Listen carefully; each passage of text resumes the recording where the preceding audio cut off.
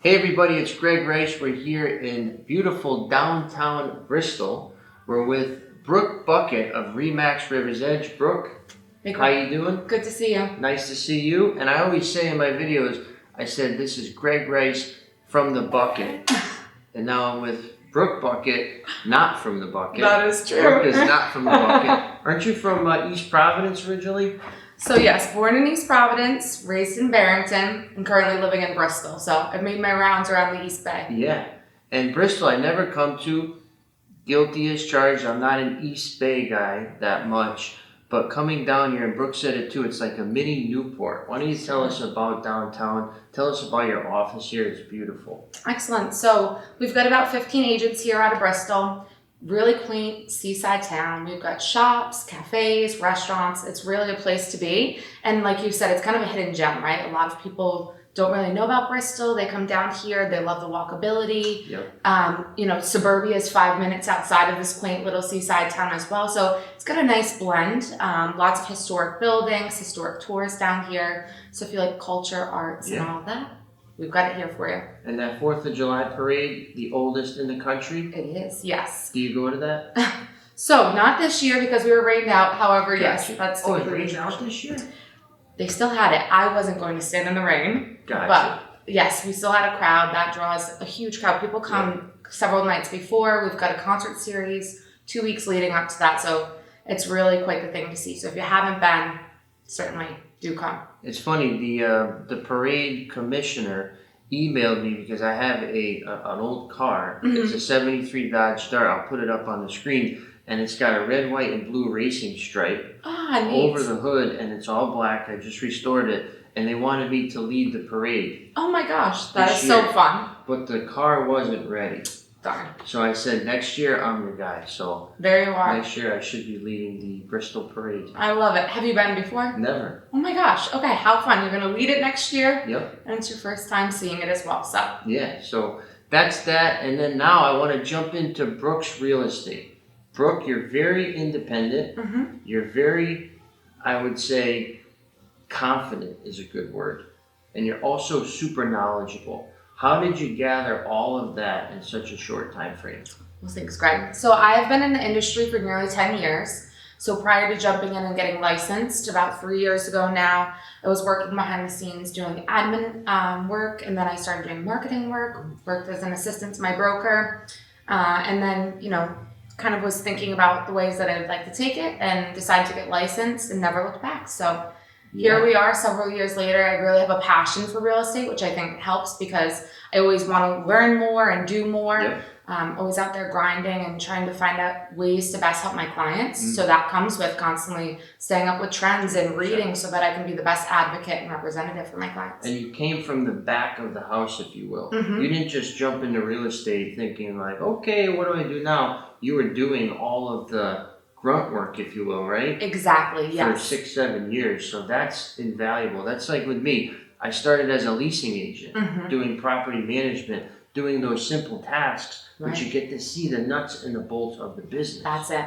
So that's your value there. So when did you decide, was it COVID time that you're like, I'm going to jump in? It was, yes. So at first, I just have to say, I totally agree with that, right? It lays the foundation, and I think that's a unique value proposition that I have above a lot of agents. It's just that years of experience prior to even delving in, right? So 2020 rolls around, I'm actually graduating graduate school for international relations and looking into a variety of options, and the jobs are just dwindling. I'm still working as an admin while I'm in graduate school.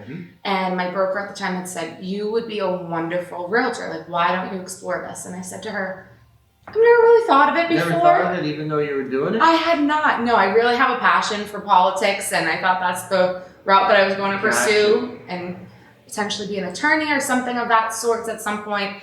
And she said, you love education, you love people, you know houses. I grew up around houses. My dad flipped houses as I was growing up, so I know the back end of things, and I'd worked for 7 years at that point as an admin. She said, what do you have to lose? She said, I think you would be awesome for clients. Like, there are so many clients that are not being educated properly and led properly, and you would be an awesome person for that. And I was like, I hadn't thought of that before. So that's also been my unique value proposition is I'm a very education focused agent.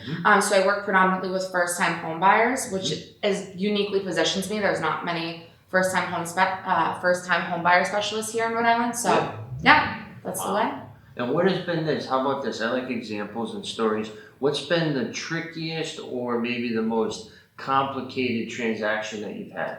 Ooh, that's and you don't a have to great mention question. names, but just like the scenario of moving pieces, just to show the viewers like exactly what you're doing and how you're dealing with it. Certainly. So no one transaction comes to mind. All of mine have a lot of complicated pieces. I'm working with first-time home buyers in a very competitive market.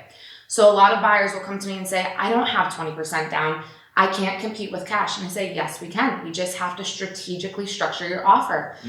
So I think that's definitely been the trickiest piece, right? I'm up against 20% offers, conventional offers, cash offers, and I have 3.5% down FHA buyers, right? That's a challenge. We know this in this market. Feeling pain. There we go. So how can I get them the home above these conventional buyers or cash buyers? So each of my deals, if you would, have a little bit of trickiness in the upfront. We don't let the clients ever feel like that's going to be a challenge, right? I let them know I'm here to guide you. I'm going to get you this home no matter what. So how can I do that for you? So on the back end, I'm always strategizing and trying to figure out ways. So I'd say each of mine is a little bit of a puzzle piece, jigsaw sort of puzzle to figure out. And do you like that? Do you get burned out with it? Do you ever take a break and say, I need to reassess? Do you ever call on somebody with more experience? Like, how do you navigate waters that you're like, oh my gosh, what do I do? Right. So I'm a problem solver by nature. I really love that. I love a good challenge. I'm always up for it. And as I said earlier, I love learning. So each one of these, I like reaching out to my peers that have potentially already come across a certain situation and say to them, hey, this is where I'm at. What do you think about this? These are the solutions that I've come up with. What would you think? Or what have you had luck with? So sometimes I'm learning still as we go along, but oftentimes I've been there, done that. I've worked with so many buyers. That's my bread and butter is buyers. I love working with them. So I'm out in the field every day and I'm learning as we go along of if our offer doesn't get chosen, I'm reaching out to that other agent. I'm saying, hey, what was the difference here? Why did that offer went out against ours? And if they're able to provide that, that's knowledge right there that we need, and that helps me grow as an agent and also you as a buyer, right? Because and even the backup could happen. They could call out and they call, oh, that Brooke was very nice. Let me call her. There you are. Yeah, definitely, Brett. I think it's important to know that those two things there. Brooke's not afraid to ask for help, number two, and then not afraid to get feedback / maybe constructive criticism. So that just shows me that you're okay with getting hit with stuff. Definitely. And it also helps my buyers at the end of the day, right? I find sometimes buyers come in, you're learning the market. I can advise you all down it, but until you experience it and you, for the first time you put an offer in and I come back to you and I say, hey, there was 2 conventional offers here that waived home inspections, 1 cash offer, and here we are, we're 5% conventional, but we were holding a home inspection, whatever it may be, and I can share that info with you. And you might say, okay, I need to be stronger on the inspection contingency next go around. But you hadn't experienced it yet. And I could tell you all day that we might encounter that, but until you experience it, you don't know, right? And you might get lucky that first time, you just never know. So true. And how about Warren, Bristol, right? Is it going to be underwater? Market Street in Warren, for example, goes underwater frequently. You've been around this area for a long time. Certainly. What's going on with the sea level? So, I'm not someone that's a scientist, so I don't really like to speak on it. I know some of the projects that are at hand to mitigate this issue there. So Bristol's not so much of an issue, except for where it touches Warren. Barrington has a larger issue at hand, similar to Warren. So like the Wampanoag Trail, for example, floods oftentimes. A lot of those homes require flood insurance right there. But in Warren specifically, so like you were saying, Market Street oftentimes floods. They're looking for a way right now to build up Medicom Ave, if you're familiar with that at all. So I've heard some plans about the Ocean State job lot that's there now, them redeveloping that into condos, mixed use with shopping. So I think they're trying to move a lot of that housing out of the way of where it's flooding currently and migrate this more central areas up to Medicom where they have, less chance of flooding there. So people will be displaced. Homes will probably be bought or purchased maybe by eminent domain from the state even. I believe that's starting to happen already in that area there. From what I'd heard, the city was getting some sort of funding to take on that project. And I don't want to speak too much more on it. Yeah. That's the basics of what I've heard thus far with that. I remember looking at a 4-family on Market Street that was right next to a park there. I forget, Jamio Park or something. And it was like less than 400,000. And I looked at it in the peak of COVID, and I went and looked at the property, and I was like, wow, 4 units? You get somewhat of a water view and a park view. And then I did a little digging, and I found out that it floods, and that's why the guy's selling it.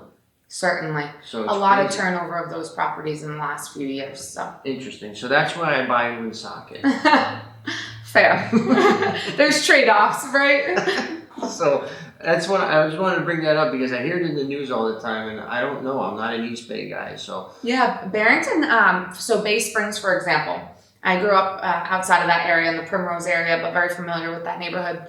They're moving a lot of the homes up on stilts now. So there's new builds in that area that are being built higher up. They're even taking some of the older homes and raising those up on stilts as well.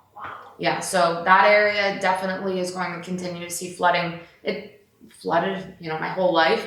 But now it's definitely taking on a bit more water than we've seen in years past. And I think it's good that they're being, ahead of the curve and building those houses, 100%. Even in areas that aren't flooding just yet. Yep. Take the initiative and make sure that those neighborhoods are secure for years to come. And speaking of years to come, where do you see yourself in 5 years, 10 years down the line? That's a great question. So I'm currently in the process of building out a team right now, which is very exciting. The name of the team, could you share? Bucket Real Estate Team. Very basic. BRT. Or BRET. Okay. I love it. So I do have a showing assistant now, which is really great just so I can better serve my clients. Yeah. I cannot divide myself. I always like to say I wish I could clone myself and have me out there. However, I never like sending my buyer clients alone to a showing. Yep. I'm not one of those agents that's comfortable sending you to an open house unattended, simply because I want someone there to represent you and answer your questions as well, right? Mm-hmm. You're looking at a home. As a first-time buyer, oftentimes you have questions at hand about heating systems, basements, whatever it may be, right? So I don't want to leave it to chance, or you want to put an offer in on that home and I never got to lay eyes on it, so I can't advise you on what may need to get done, or even on pricing, right? We have to take those things into account with pricing. So I did hire a showing assistant to help me so that she can be the one there, also to guide you, represent you, answer questions. Awesome. So better serving my clients in that capacity now, and also hired a transaction coordinator to help on the back end of things too. So rock on. We're moving right along. Yes. So 3 of you. 3 of us. Yes. And what's the goal for the future? Do you want to have more realtors working underneath your team, or would you be a solo agent, if you will, just with all of the admin and clerical handled beneath you? Likely a solo agent. That's just the way my business is structured, and I appreciate it. I'm very hands-on, like being in the mix. I like being in the know. And so that allows me to do that. Yeah. I see a lot of people that have large teams, large offices of teams, and it's just a lot of moving parts. It's a lot of mouths to feed. It is. And it often creates mutiny because people are saying, well, I don't get enough, and I didn't get this and I didn't get that. There's a lot of stuff that goes on that has nothing to do with real estate. Right. And we're here to help you, the client, and get the job done. So I feel it creates a lot of infighting when there's a larger group of people that are all kind of mixing together trying to do the same thing. So I like that. Solo agent with admin behind you. Exactly, yes. Wow. Interesting.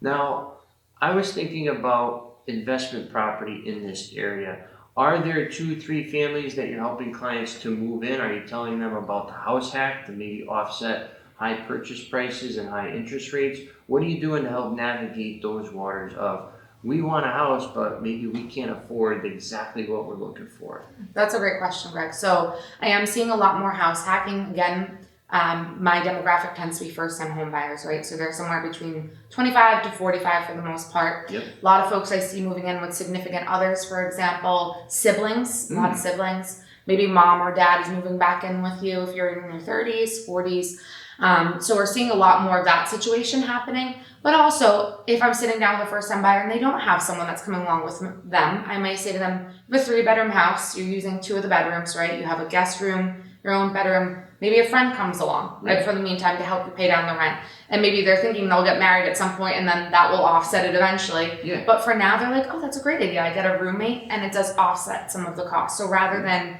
moving into an apartment where they're also going to be splitting rent, they're like, I can own that and also share in, the cost of it. So I think that makes a lot of sense.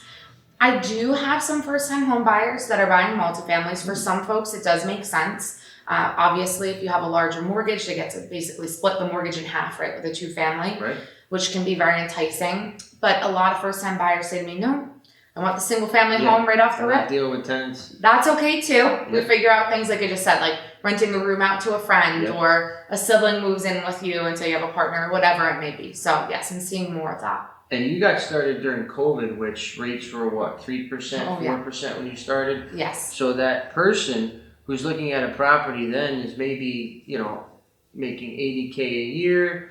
They qualify for $500,000, $600,000 mortgage. Mm. Now that same $80K a year is getting you $300,000. That's correct. Mortgage. So what are you seeing there with folks that maybe have been in the market for a year or two now and are kind of getting dejected about, I can't buy what I want. Right. And they see all their friends that bought 2 years ago in these colonials and beautiful homes with payments that they would get for a fixer-upper. Right. How are you navigating those waters? Okay, there's a lot of moving parts here. So first off, I still say that it costs my buyers if they wait. So a lot of people have gotten discouraged and they decide to sit it out, right? Mm-hmm. Maybe they'll have an offer or two rejected and they're like, I'm going to wait for rates to come down. Well, when rates come down, most likely prices will go up. So, hedge your bets there. Correct. And there's also going to be more buyer competition. So that's one piece of the puzzle. The next thing that comes into play here is just thinking about affordability. So you can sit there all day and say, my friend bought their house for X, Y, and Z. Their payment is X, Y, and Z. Well, you have to put that to the side because that's not our current market anymore at the end of the day. If you want to buy and it makes sense for you now, focus on affordability.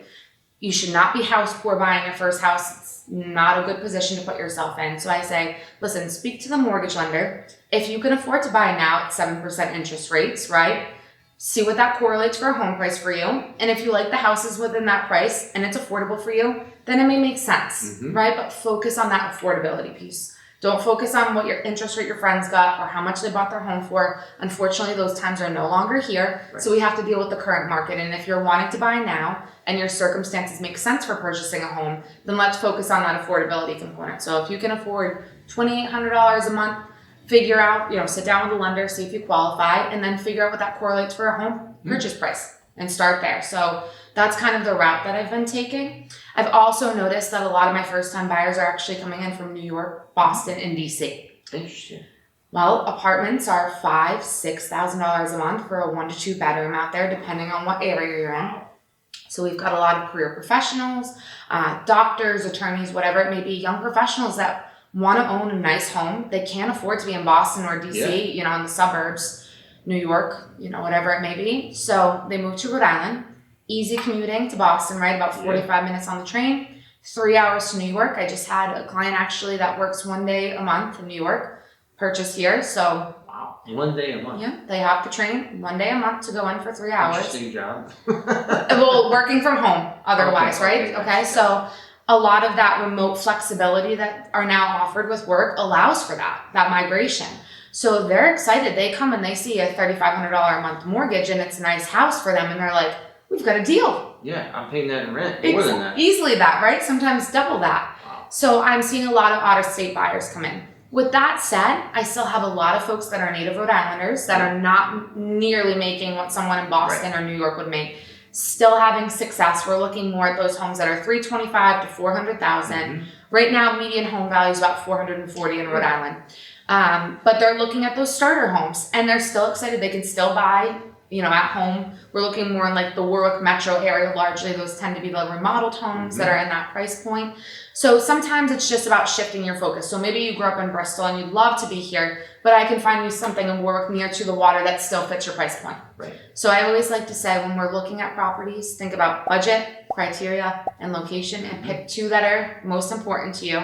Say that again, just so they remember. Sure thing. So budget, location, and criteria, and pick the 2 that are most important to you, okay?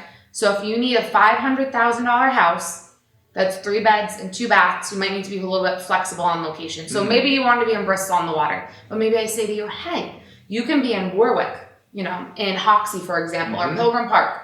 not too far from the water. Mm-hmm. Are you willing to do that? Oh yeah, Brooke, that's a great idea. And I'm still only 25 minutes to Bristol. So there's ways to be flexible if you tell me amenities that you like in an area, or maybe they love the downtown of Bristol. Well, now they're in Warwick and they can get to East Greenwich, which has a very similar vibe to it, right? So it's all about those trade-offs and being flexible.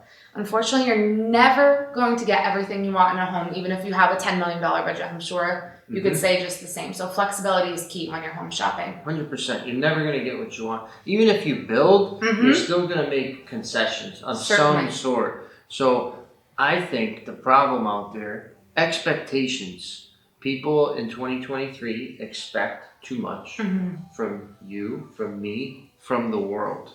They expect everything that they want, when they want it, how they want it, for the cost that they want it. And that's just not how things work.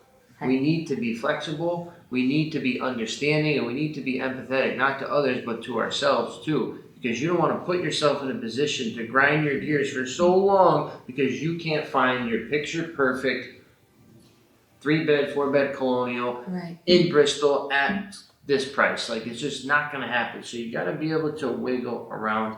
And that's why you've been successful and I've been successful, because we operate in the gray areas. Right. We're not black and white people. Exactly. We may appear to be so, but we are constantly towing the line of, this is perfect enough. Right. This is good enough. It's not, you can't be a perfectionist in real estate. You can't. But I always like to say, even with being flexible, my clients are always sitting at that closing table smiling. And they're so glad about the trade-offs. You know, these are good points. I never want you to feel like you're conceding or choosing a property that's less than what you'd want, because ultimately you'll be making a mortgage payment on it and it is yours. Be happy I about always say that. Like, I want you smiling at that table. So if it's just a, I don't like this house, I take it. Move on. Next. I don't care if it takes us a year. I've had clients that literally it's taken 2 years, and that is okay. I want a smiling client. I would want someone to treat me like that. Yes. So it's very important. So yes, I love the gray. We make flexibility work, but ultimately I know you and I are both the same. Yes. We want what we want. Exactly. And we love happy clients. 100%. Yes. And a point back, jumping back to the, your mortgage payment, etc. Rates are temporary, right? So Certainly. If you're a risk taker like me, I am buying a house in Connecticut right now. I'm paying a very high interest rate with the notion that in a year or two, they will calm down. Right. And I will refinance my payment when the time comes and bring it back to reality. But for now, you may be overpaying, but you're going to acquire that property. Right. You're going to get it, okay, and your mortgage interest is deductible. And then in a year or two, you can knock that payment down maybe $400, $500, $600 if the rates go down a percent. So don't be afraid to spend a little more now to get what you want, because your mortgage is not permanent. I think a lot of people think like, I'm locking in for 30 years and I can't change it. You could change it the next day if you wanted to go through that process. So just keep in mind that your rate is a function of the times. You can change it at any time. Definitely. Yeah. And there's a lot of unique products, I'm sure, as you know, too, to work around the challenges that rates pose. So that's another thing to keep in mind. Don't just hear one rate in the news and be like, that's it. That's it. You know, there's so many things that come into play. Your credit score, for example, what type of buyer you are, whether you're FHA, conventional, whatever it may be. And there's also some very unique products being offered by banks. I just took advantage of one recently for myself. That got me a 4.75 interest rate, believe it or not. I'm sure you've never heard anything like that in your life. In this year? In this year. Wow. Is it an ARM? Greg, it is, yes. So unique products ARM, like Greg just said. So in 7 years. Yep, it'll tick up. Exactly. You can but refi it. I'm someone like you. I am betting that rates will go down, certainly within the next 7 years. And at that point, I'll refinance. And I secured my property at the price that I wanted it for. So when those rates go up, go down rather, like we talked about earlier, prices will go up. So I got a lower price, took a little bit of a higher interest rate, well, lower for me, but in your case, a little bit higher because you're betting that you'll refinance when that comes down, right? So yeah, makes a lot of sense. ARM is adjustable rate mortgage, and most of them are 5 to 7 year terms. So that means that you're getting your rate at the lowest rate possible when you close, and then it's slowly going to tick up over a graduated period. But Brooke's going to know in 2 years that, hey, rates are down at 5%, so let me lock into a 30-year. Exactly. And maybe grab some cash out if the equity has gone up There too. you go. So you can get fancy with that stuff. Certainly. Last thing before we go, what do you want the audience to remember and know about you? Well, like I mentioned earlier, I think it's just being an education-centric agent. I really love helping people. So if you're looking for someone that's really going to be an advocate for you, educate you on the process, handhold for you, be a friend, cheerlead for you, I'm it. I'm your girl, and I would love to help you. And how do they get in touch with you? Sure. So I am on Instagram at Brooke Buckett, R-E. You can All together? All together, yes. All together. Bucket with 2 T's. And then also Brooke Buckett realestate at gmail.com. Awesome. And if you have any questions for me or for Brooke, put them in the comments field below. We'll get right back to you. Once again, Greg Rice, not in the bucket, here with Brooke Buckett in downtown Bristol. Thanks a lot. Thanks, Greg. All right.